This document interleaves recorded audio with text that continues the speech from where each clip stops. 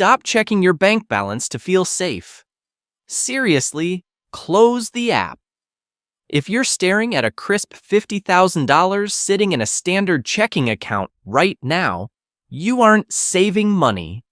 You're watching a slow-motion train wreck of your purchasing power. You're essentially giving your bank a massive interest-free loan so they can get rich, while you get mathematically poorer every single day. Today we're auditing that cash pile and looking at the math your bank prays you'll keep ignoring. We've been conditioned to believe that if the number in our account doesn't go down, we haven't lost anything. It's the mattress instinct. If you put $50,000 under your mattress in 2020, it still says $50,000 today, right? Wrong. That's a psychological illusion. In the world of finance, there is no neutral gear. You are either compounding forward or compounding backward. The national average interest rate for a checking account is a pathetic 0.07%. Let's do the math. On $50,000, that's $35 a year. That's not an investment return, that's a pity prize.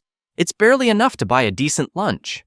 Meanwhile, the bank takes your $50,000 and lends it out at 7, 8, or 9%. You are the venture capitalist funding their entire business model, and your dividend is a sandwich once a year. Quick reality check.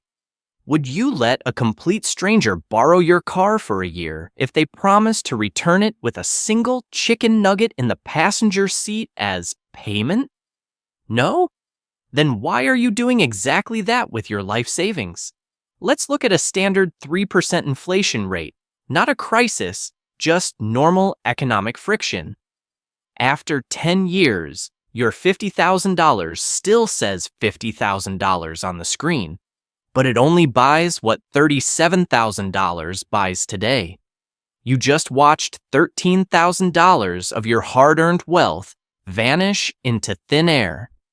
That's a brand new kitchen, a world-class vacation, or a solid used car, vaporized because you wanted to feel safe.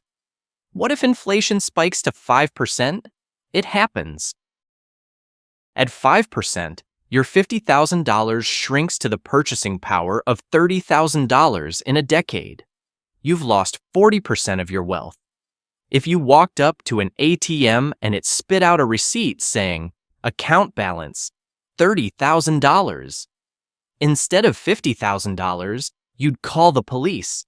You'd scream at the manager. But because this robbery happens slowly at the grocery store and the gas pump, you stay calm. That is exactly what the system counts on. Most people calculate their emergency fund entirely wrong.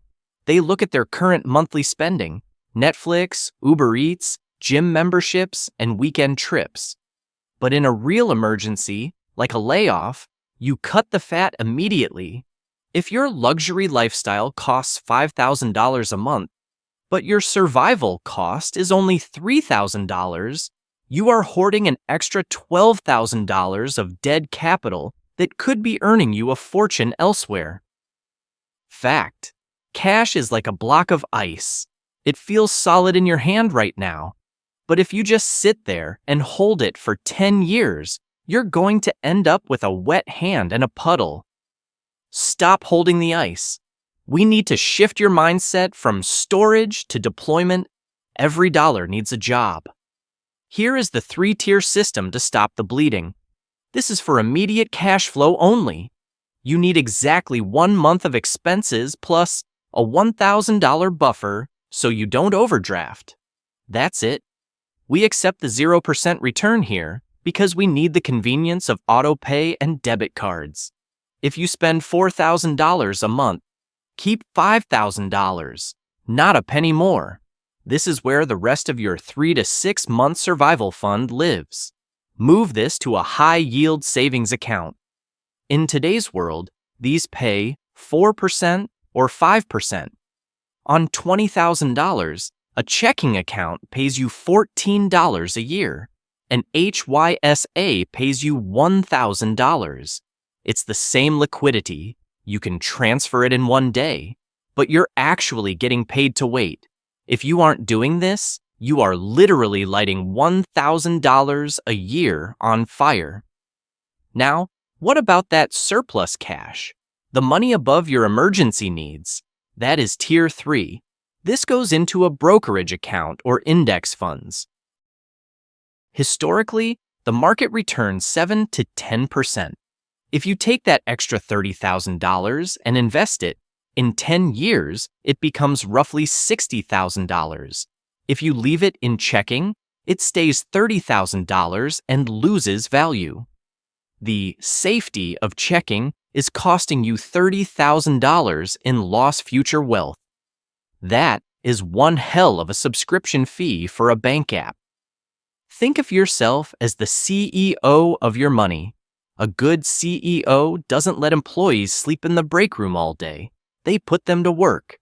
Why are your dollars napping while you're grinding at a 9 to 5? The biggest hurdle isn't math, it's the knot in your stomach. We feel like once money leaves our checking account, it's gone. You have to reframe that. The money isn't gone, it's been promoted. It graduated from being a lazy slacker to a productive worker in the global economy. Remember, liquidity is a spectrum. You need instant cash for a flat tire, but you don't need $50,000 for a flat tire. You have weeks or months to handle a layoff. Match your assets to your problems. Flat tire money stays in checking. Layoff money stays in HYSA. Retirement money stays in the market.